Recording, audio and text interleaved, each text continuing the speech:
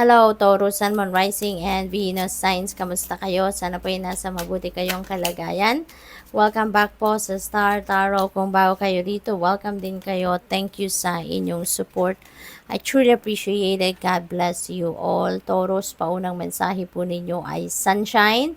The sun is shining on you, lalong-lalo na pagdating sa inyong karera, negosyo, at relationships. So, napakaganda kasi in various areas of life, lalong-lalong na doon sa mga major areas, maaaring kayo ay magiging maganda, ang inyong sitwasyon, magiging maganda ang inyong energies, magiging maayos, maaring may growth, maaring may mga opportunities dyan, at pati sa relationship, magkakaroon kayo ng magandang samahan, kasi mas magiging maganda ang ano ninyo, 'di ba, yung communication ninyo, yung open communication kayo, kaya mas magkakaintindihan kayo lagi.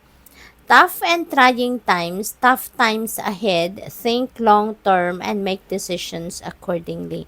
So, avoid negative people at all cost. Okay? Kaya, maaaring may mga tao sa paligid ninyo that are low vibration, Taurus, kaya importante, na as much as possible, gamitin ninyo ang iyong intuition, maging vigilant kayo, at i-avoid ninyo yung mga tao na negatibo, surround yourself with positive thinking people, with happy people. That is one way of protecting yourself. Okay? Maaaring kailangan din ninyo rito na magdesisyon, kaya importanteng makikinig kayo sa iyong intuition at magtiwala kayo, dahil yun ang magagabay sa inyo sa tamang desisyon. Achievement, enjoy the limelight, you've earned it. Although on the family front, someone's health could cause some secret worries and sleepless nights. Okay, Taurus. So siguro meron kayong mga achievements na makakamit sa ngayon, pero parang hindi ninyo ito masyadong mai-enjoy. You won't be able to savor it 100%, truthfully, kasi parang meron siguro kayong malalaman dito na meron kayong kapamilyang may iniindang discomfort, or merong something, baka may sakit o baka may problema, yung gano'n, kaya parang eto, secretly parang magwo-worry din kayo sa kanya, kaya hindi din ninyo ma-enjoy masyado yung achievement ninyo because you are also focused on that someone you love.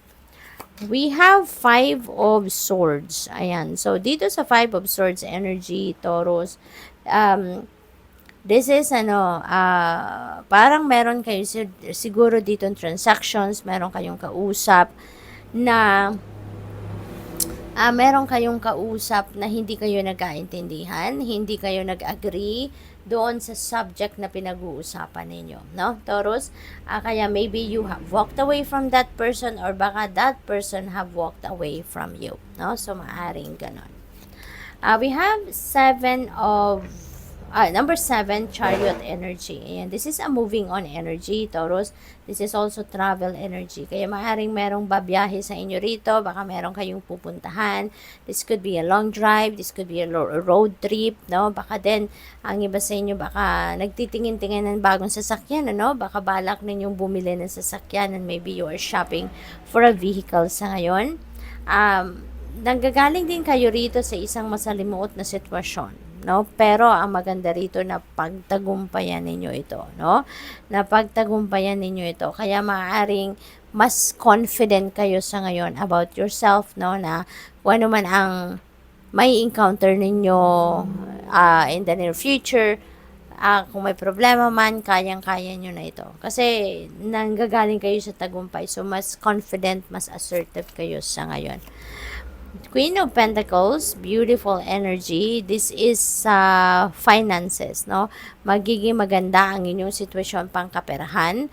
Maaaring yung achievement na to, may financial reward, Or baka meron kayong mga financial opportunities na dadating sa ngayon na maghahatid sa inyo ng prosperity and abundance. Kaya magiging yayamanin kayo or mas magiging komportable kayo pagdating sa inyong pangkaperahang aspeto at this time. Since meron tayong, 'di ba, sabi dito the sun is shining on your career and business growth. So most likely, no, yung perang ito, no, manggagaling diyan sa inyong karera, sa inyong negosyo, yung gano'n, depende sa inyong sitwasyon. The Tower, may mga pagbabagong magaganap, no, at maaaring ma-challenge kayo rito, ma-overwhelm kayo. So whatever the case may be, this change is coming your way. At sa una, no, may discomfort ito for sure kasi hindi ninyo ito ginusto, hindi ninyo ito pinagplanuhan, hindi ninyo ito napaghandaan, Taurus. But rest assured, no, na kung saan kayo nito dadalhin ang energy nito, you will be brought to where you need to be. Ito, you will be in alignment with your destiny. You will be in alignment with kung saan kayo dapat, no, mapunta. So, good luck sa'yo.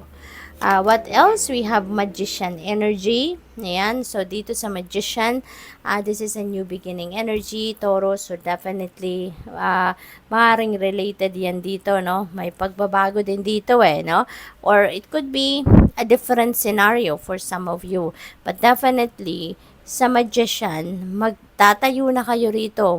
Hindi na kayo dito magiging couch potato, hindi na kayo dito magpo-procrastinate, hindi na kayo magdududa dito sa sarili ninyo, sa mga nangyayari sa paligid ninyo. No? Kasi makikita nyo na dito na eto na yung tamang panahon para mag-take action na kayo, para makuha nyo na kung ano mga gusto ninyo, para ma-achieve nyo na kung ano yung mga gusto ninyong ma-achieve. So, good luck sa'yo. Thank you for watching. Love and light. Namaste.